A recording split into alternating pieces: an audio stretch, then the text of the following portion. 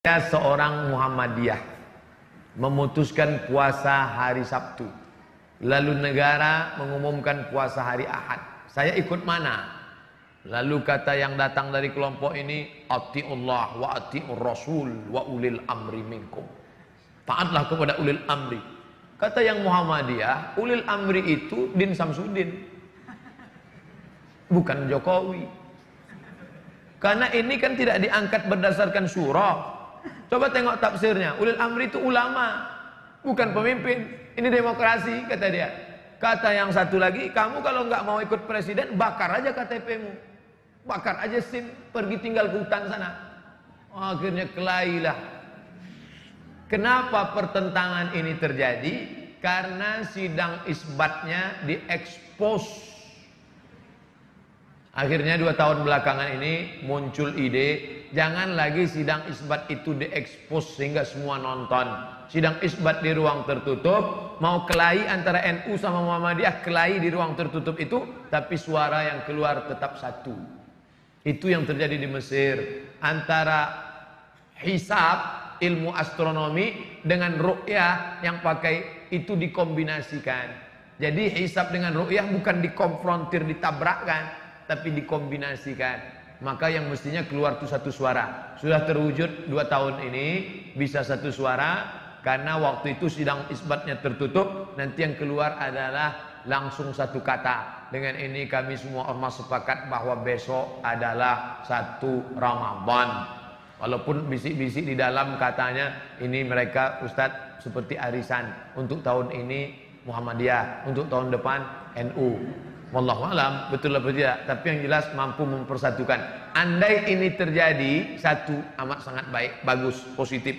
Orang luar agama kita tidak membenturkan kita. Andai balik ke lagu lama, dibenturkan antara ormas dengan negara, ikut mana? Saya pribadi menyarankan istafti qalbak wa in aftakal muftun. Ikutlah apa yang engkau yakini benar menurut engkau, walaupun 1000 orang berfatwa, memberikan fatwa kepadamu. Fatwa yang dikeluarkan oleh Muhammadiyah benar, fatwa yang dikeluarkan oleh Majelis Ulama Indonesia benar. Titik. Persimpangannya di mana? Penetapan pada angka minimal. MUI, NU menetapkan angka 2 derajat. Jika 2 derajat, maka dia dapat dikatakan hilal. Bila kurang dari 2 derajat, 1,5 bukan hilal. Sedangkan Muhammadiyah angkanya rendah, 0,5 pun sudah dianggap sebagai hilal. Turki lebih tinggi. Turki menetapkan hilal kalau 6 derajat. 6 derajat baru hilal, 2 derajat tidak hilal. Kesepakatan 6 negara, Brunei Darussalam, Singapura, Indonesia, Malaysia, Patani Thailand Selatan, Moro Filipina, 6 yang muslim ini menyepakati 2 derajat baru disebut hilal. Kalau kurang dari 2 derajat bukan hilal. Tapi Muhammadiyah dia katakan 0,5 pun kalau sudah itu hilal, maka dia adalah hilal, maka boleh. Di situ letak persimpangannya. Maka bagi adik-adik yang bapak-bapak yang ikut Muhammadiyah itu ijtihadi, ijtihad. Maka dia ikut itu tidak. Ustadz sendiri ikut mana? Saya Komisi Fatwa Majelis Ulama Indonesia Provinsi Riau. Maka saya ikut hasil sidang Komisi Fatwa. Kalau Komisi Fatwa mengatakan berdasarkan penampakan 2 derajat besok puasa, maka saya ikut itu. Tapi kalau Muhammadiyah ngundang saya khutbah, saya nggak mau ikut. Karena kalau saya ikut undangan Muhammadiyah, ikut nanti saya bisa khutbah 2 kali. Hari ini saya khutbah di Muhammadiyah, besok saya khutbah sebagai Komisi Fatwa MUI. Nah, itu perlu juga disampaikan bagi jamaah yang menyampaikan khutbah. Ikuti salah satu, jangan ikut dua-duanya. Selanjutnya tentang masalah apa tadi? Bagaimana spirit Ramadan bisa dibawa keluar Ramadan? Kebanyakan kan semangatnya di Ramadan itu aja.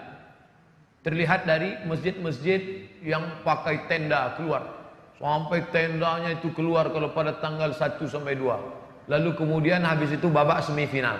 Habis itu final, akhirnya adalah malam Idul Fitri, itu kembali ke pemain inti. Pemain naturalisasi kabur semua sudah. Makanya kalau kita pahami, makanya tadi awal kajian kita kalau ingat, coba ingat. Di awal kajian kita tadi adalah judulnya, jangan jadikan agama sebagai seremonial, rutinitas. Rutinitas Ramadan, rutinitas Sya'ban, rutinitas Rajab. Jangan jadikan sebagai rutinitas. Maka pahami maknanya. Syawal artinya, kita lihat penggunaan kata Syawal. Ini tiang neraca timbangan. Timbangan zaman dulu, bukan timbangan duduk, timbangan yang pakai tiang. Di sisi kiri ada alat penimbang, di sisi kanan ada alat penimbang. Ketika diletakkan barang yang ditimbang, lalu salah satunya naik ke atas, yang satu turun ke bawah. Yang naik itu bahasa Arabnya Syawal. Naik ke atas artinya Syawal. Ekor ayam turun ke bawah, ekor sapi turun ke bawah, ekor kucing turun ke bawah. Tapi ada binatang yang ekornya naik ke atas, itu disebut dengan Syawal. Apa itu? Ekor kalajengking. Naik ke atas. Kemudian ketika onta, musim panas, moncong onta dikerubungi lalat, maka onta menaikkan ekornya ke atas untuk mengusir lalat, maka itu disebut dengan Syawal. Maka makna Syawal adalah peningkatan. Makanya setelah Ramadan disuruh puasa 6 hari. Untuk apa puasa 6 hari? Semangat di bulan Syawal, semangat di bulan Ramadan, dilanjutkan ke Syawal. Itu dipahami maknanya dengan baik. Sudah saya pahami dengan baik, tapi tetap juga molor sholat subuh jam 6:30 Pak Ustaz. Maka sering-sering ngelihat orang sakit. Sering-sering ngelihat orang sakit itu membangkitkan semangat ibadah. Bagi yang sedang down sekarang, udah dengar ceramah nggak juga ngecas, nggak naik juga, maka pulang dari sini langsung ke rumah sakit. Kalau security-nya nanya, "Mas, mau jenguk siapa?" Semua yang sakit mau saya jenguk. Ikuti orang mati. Man syahidal janazata, siapa yang ikut jenazah hatta tusalla alaiha, sampai solat jenazah, lahu qirat, dapat 1 pahala. Wa man syahidal janazata, siapa yang menyaksikan jenazah hatta tudfana, sampai dikubur di liang lahat, lahu qiratan, dapat 2 qirat. Sahabat bertanya, wa mal qiratan ya Rasulullah? Apa itu 2 qirat? Apa kata Rasul? Mithlul jabalainil azimaini, seperti 2 bukit Uhud yang besar. Maka apa manfaatnya? Melihat jenazah terbujur kaku, yang dulu kaya raya, yang dulu profesor, doktor, penguasa, yang dulu hebat, masyhur, ternyata kalau mati yang dibawa hanya amal juga. Memang yang paling sulit adalah istiqomah. Makanya ketika seorang sahabat bertanya, "Ya Rasulullah, ausini wa aujiz, berikan aku 1 pesan, jangan banyak-banyak, singkat, padat." Apa dia? Qul amantu billah tsumma istaqim. Istiqomahlah. Makanya orang yang istiqomah itu balasannya luar biasa. Ketika sebelum malaikat maut mencabut nyawanya, maka malaikat sudah turun berbisik ke telinganya, alladzina qalu rabbuna Allah, orang yang mengatakan Tuhanku Allah, tsumma istaqamu, kemudian istiqamah, tatanazzalu alaihimul malaikah, turun malaikat berbisik ke telinganya, alla takhafu, jangan kau takut, wala tahzanu, jangan kau sedih, wa abshiru bil jannati allati kuntum tu'adun, berbahagialah engkau mendapatkan surga yang dijanjikan oleh Tuhanmu, dan yang dapat itu hanya istiqamah. Maka terus berjamaah, alaikum bil jamaah. Ada pengajian, datang. Ada kajian-kajian dekat rumah, di masjid, hadir. Itu salah satu cara untuk istiqomah. Lihat orang sakit, jenguk orang mati, terus berjamaah. Harus ada memaksakan diri. Kalau kena tidak ada, kamu kenapa enggak kajian? Saya ngalir aja lah seperti air. Ngalir apa? Iya, kalau airnya kalau air comberan, ngalir aja lah. Terserah yang di atas aja lah. Apa di atas? Cicak.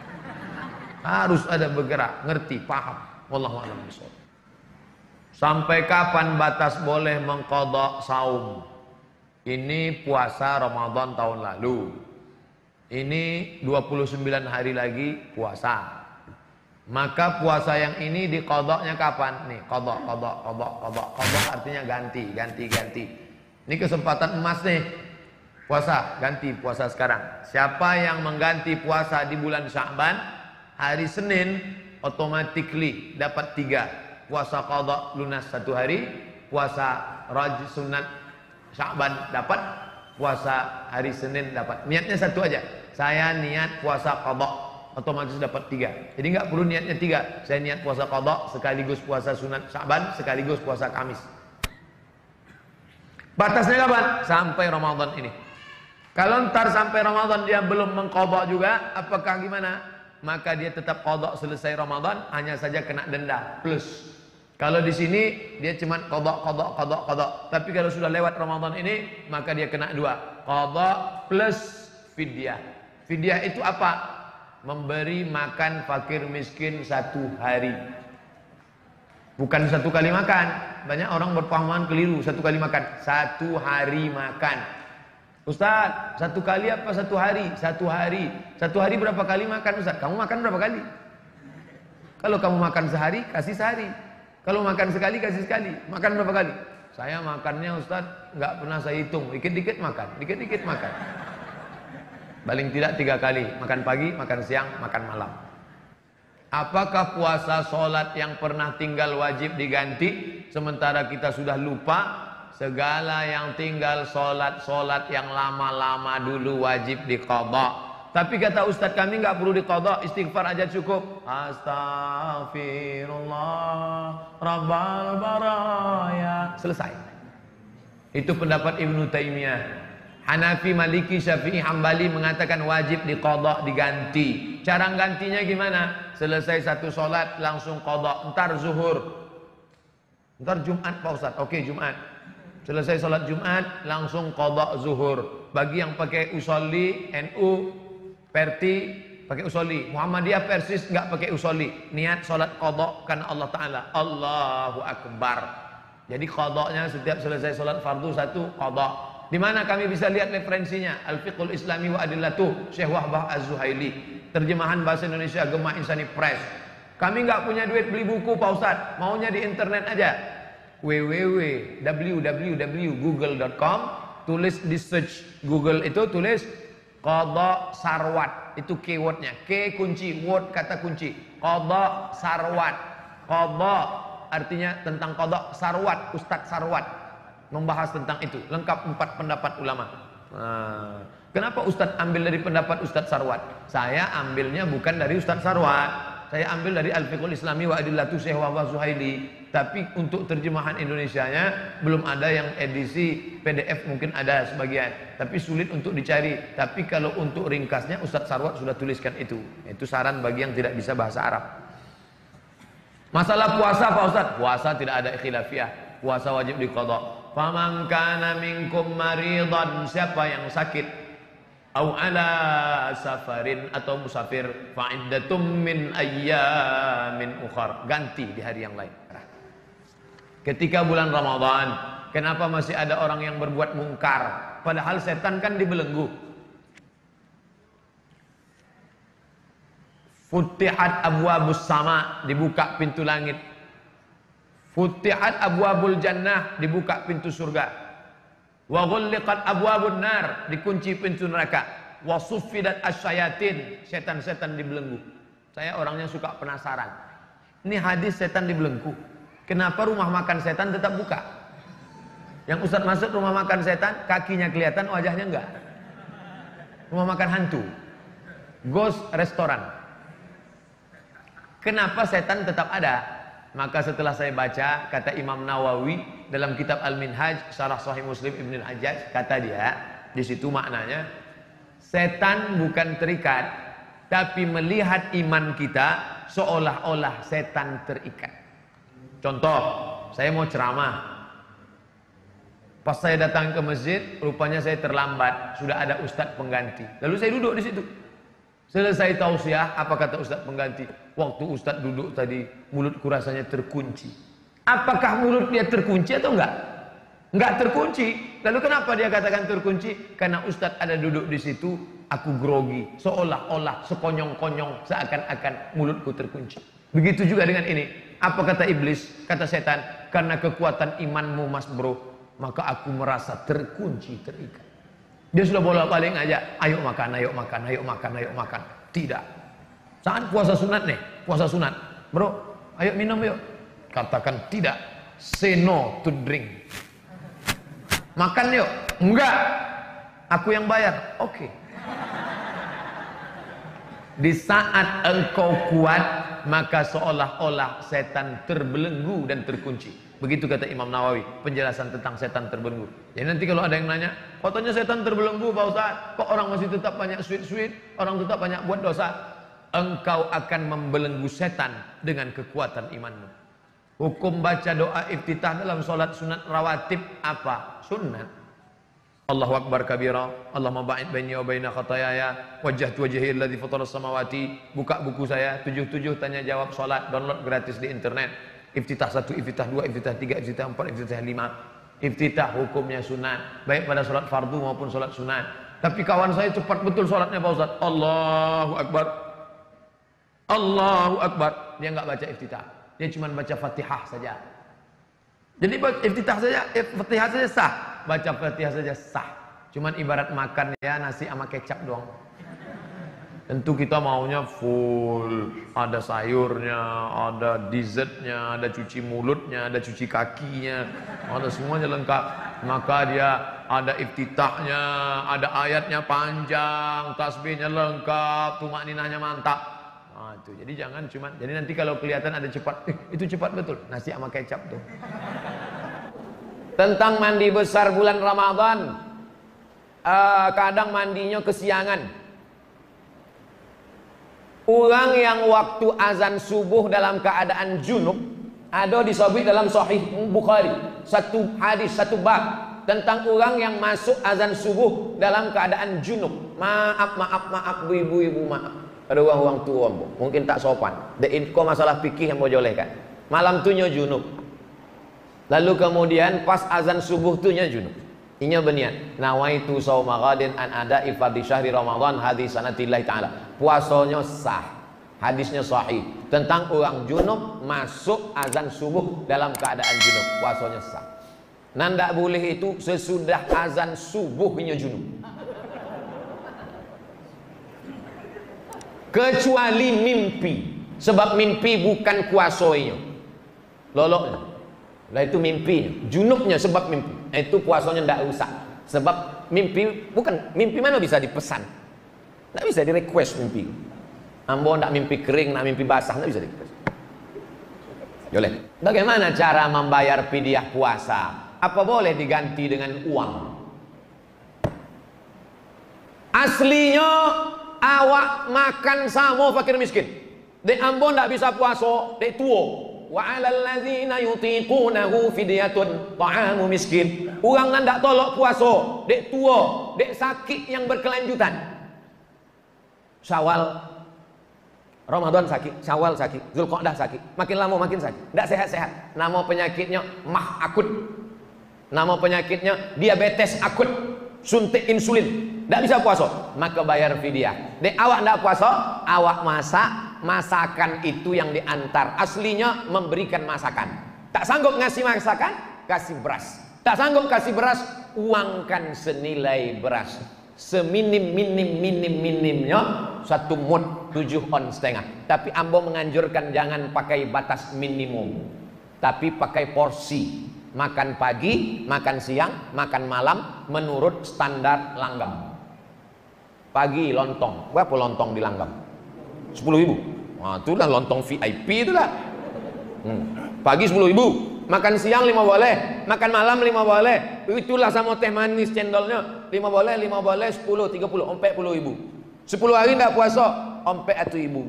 Oma awak umur 80 tahun ndak puasa, 30 hari, 40, 1.200.000 bayarkan. Jangan hitung-hitung sama Allah. Nanti Allah hitung-hitung sama awak, di bawahnya napas setengah. Sama Allah jangan hitung-hitung. Kalau 1.200.000 bayar 1.500.000. Kalau 1.500.000 kasih 2 juta. Seorang ibu sedang hamil. Ibu hamil biasa, lakinya hamil baru luar biasa. Ibu menyusui, kalau ndak sanggup puasa, apa wajib qadha atau fidyah? Kalau ibu hamil, namanya bumil. Bumil, ibu hamil. Kalau ibu hamil indak puasa karena dirinya, ini ndak puasa karena dirinya. Kata dokter, ibu lemah bu, ibu jangan puasa ya. Kalau saya puasa dok, kalau ibu puasa nanti mimdate mata ya bawati mati. Karena dirinya. Kalau inyo indak puasa karena dirinya, maka inyo kodok saja. Kodok saja. Tapi kalau ada unsur anaknya, kalau tidak puasa karena dirinya, kodok saja. Tapi kalau tak puasa karena anaknya, ibu sehat bu, tapi janin ibu di dalam lemah. Itu kami tengok, lemah juga. Pakai USG namanya, ultrasonografi. USG, ultrasonografi. Tengok anak. Kata anaknya. Anak ibu di dalam lemas, Bu. Kalau ibu puasa nanti anaknya mati, kata dokter. Dokter tadi dokter yang pengajian, bukan dokter yang tak puasa. Cari dokter yang amanah. Kalau dia tak puasa karena anaknya, maka dia konoi duo. Inya membayar qadha dan mesti membayar fid.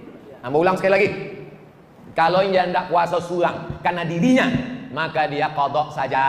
Tapi kalau ada unsur anaknya, maka dia bayar fid, qadha dan fid. Ya, menurut mazhab Ambo pakai yang menurut mazhab Syafi'i. Laki-laki penting tahu ini sebab bininya perempuan. Kok perlu mau jelaskan sebab kini banyak orang berbini laki-laki. Nauzubillah, mudah-mudahan anak cucu selamat dari penyakit gila, penyakit umat Nabi Nuh, transgender, LGBT. Nauzubillah. Man mata, siapa yang mati, wa alaihi siyamun, punya utang puasa, soma'an waliyuhu, siapa yang mati punya utang puasa, maka ahli warisnya wajib mengganti puasa. Ibu-ibu yang banyak utang puasa, ganti puasa. Anak satu anak ibu tidak puasa 90 hari. Mengandung anak 30 hari tidak puasa. Menyusukan tahun pertama 30 hari tidak puasa. Menyusukan tahun kedua 30 hari tidak puasa. Satu anak 90 hari tak puasa. Tidak mengganti tahun muka, adiknya menyusul. Kok gara-gara ulah apa-apa? Maka bapak-bapak bertanggung jawab mengingatkan istrinya, sudahkah kau qadha puasamu? Maka ibu qadha. Setahun insya Allah lunas satu anak. Senin Kamis, Senin Kamis, Senin Kamis, Senin Kamis. 8 hari sebulan. 10 bulan 80 hari. 11 bulan 88 hari. Tambah 2 hari 1 tahun, inyo bisa puasa 90 hari. Almarhumah Ambo meninggal umur 70 tahun. Hari Senin 18 Maret 2009 boleh saat sedang puasa sunat habis makan sahur. 70 tahun umurnya, puasa Senin Kamisnya tidak pernah tinggal. Ambo tanya, "Mak, waktu mengandung Ambo dulu 90 hari tidak puasa, mengandung adik Ambo 90 hari lah lunas Ambo ganti dengan Senin Kamis. Niatnya qadha, niatnya jangan puasa sunat, niatnya qadha mengganti, dilaksanakan hari Senin hari Kamis, maka dapat pahala 2, qadhanya lunas dan pahala puasa sunatnya dapat. Assalamualaikum admin Pak Ustadz, tolong sampaikan pertanyaan saya. Apa hukumnya orang kena HIV AIDS seumur hidup dia bakalan minum obat? Jadi gimana puasanya? Faman kana minkum maridan, siapa yang sakit, aw ala safarin atau musafir, fa'iddatum min ayyamin ukhar, ganti di hari yang lain. Di bulan Ramadan dia tidak bisa puasa, ganti di bulan Syawal, Zulqa'dah, Zulhijjah. Tapi ini masalahnya dia sakit seumur hidup Pak Ustaz. Tidak boleh berhenti makan obat 1 hari 3 kali 4 kali. Wa 'alal ladzina yutiqunahu, bagi orang yang tidak sanggup puasa di bulan Ramadan, Syawal, Zulqa'dah, Zulhijjah, Muharram, terus tidak bisa puasa, fidyatun ta'amu miskin, membayar fidyah. Puasa dia yang tinggal itu ditebus dengan membayar fidyah. Seminim-minim fidyah 1 hari 1 mud. 1 mud itu 750 gram beras. Minim. Tapi kalau dia kaya banyak duit, jangan kasih minim. Pakai 1 porsi makan.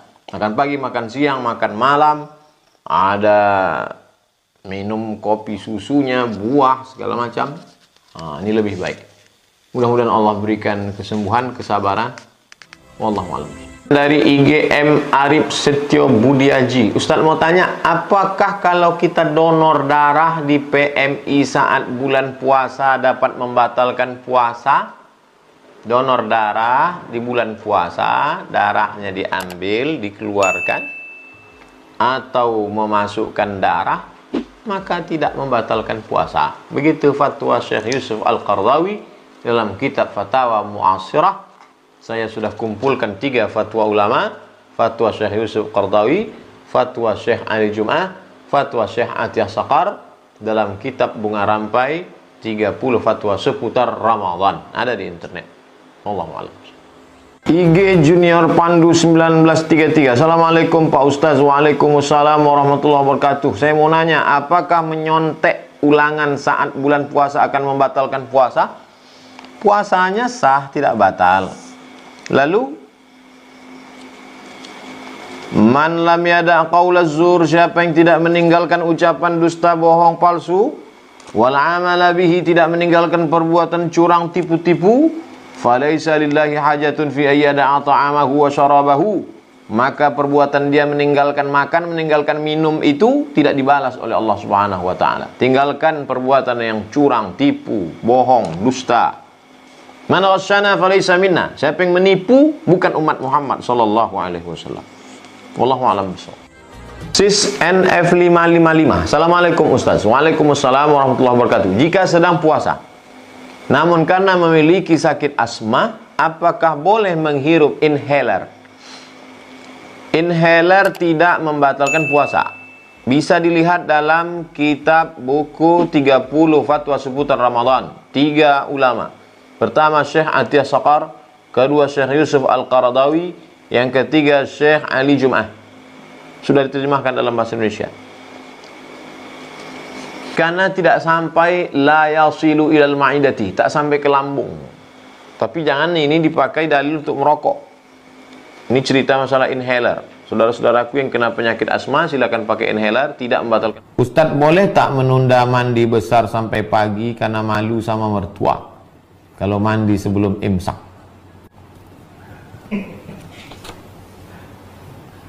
Imsaknya sekarang jam piro? Imsak saiki jam piro?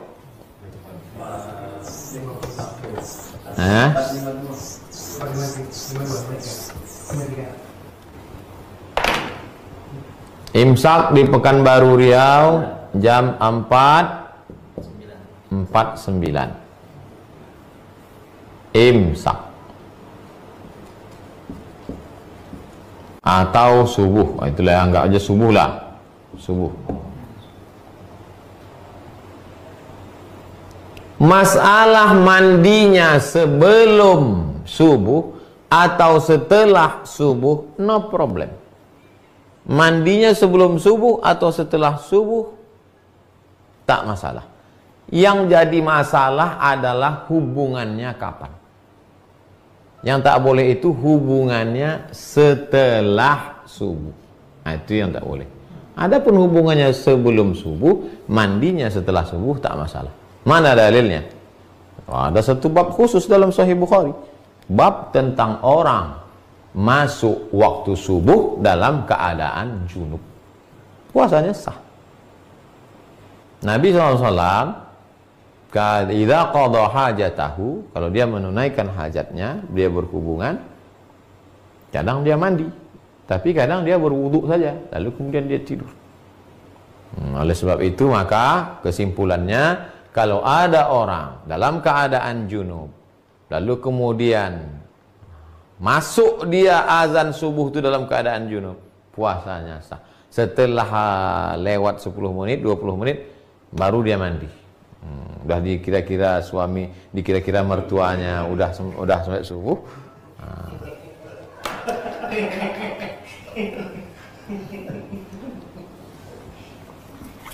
Begitu Pak Zainur Rifah. Ustadz, apa hukum mencicipi masakan di ujung lidah ketika puasa tapi tidak sampai ditelan? Yang membolehkan mencicipi masakan itu mazhab Hambali. Karena rasa itu di ujung lidah. Ada di sini sensor perasa di ujung. Nah, asin, asam, pahit di ujung. Nah, setelah rasa, habis itu ludah. Tuh. Karena yang dimaksud membatalkan puasa itu adalah idkhalu syai' ilal jawf. Idkhalu syai' ilal jauh, memasukkan sesuatu ke dalam rongga. Yang dimaksud dengan rongga itu apa? Yang dimaksud rongga itu adalah ma'idah, lambung, lambung, wal am'a usus. Usus lambung. Mencicipi itu di ujung sedikit. Nah, itu pendapat mengatakan tak batal. Tapi saya pribadi tidak mengamalkan. Saya kalau masak bulan puasa, saya agak-agak aja dengan garam. Nah, udah. Tak pernah saya cicipi. Seumur umur saya tak pernah mencicip bulan puasa. Tak pernah cicip. Tapi perlu saya ceritakan, mana tahu nanti ada dengar ceramah. Ada ustadz yang membolehkan. Nah, itu dia pakai satu qaul, satu pendapat dalam mazhab Hambali. Alasannya apa? Ya itu alasannya. Tapi saya kalau dalam masalah fikih saya termasuk yang ketat. Maka saya tidak. Tapi ada ustadz kami mengatakan mencicipi aja pun batal Pak Ustadz. Mungkin 2 kilo pula dicicip. Dari pagi sampai sore mencicip aja.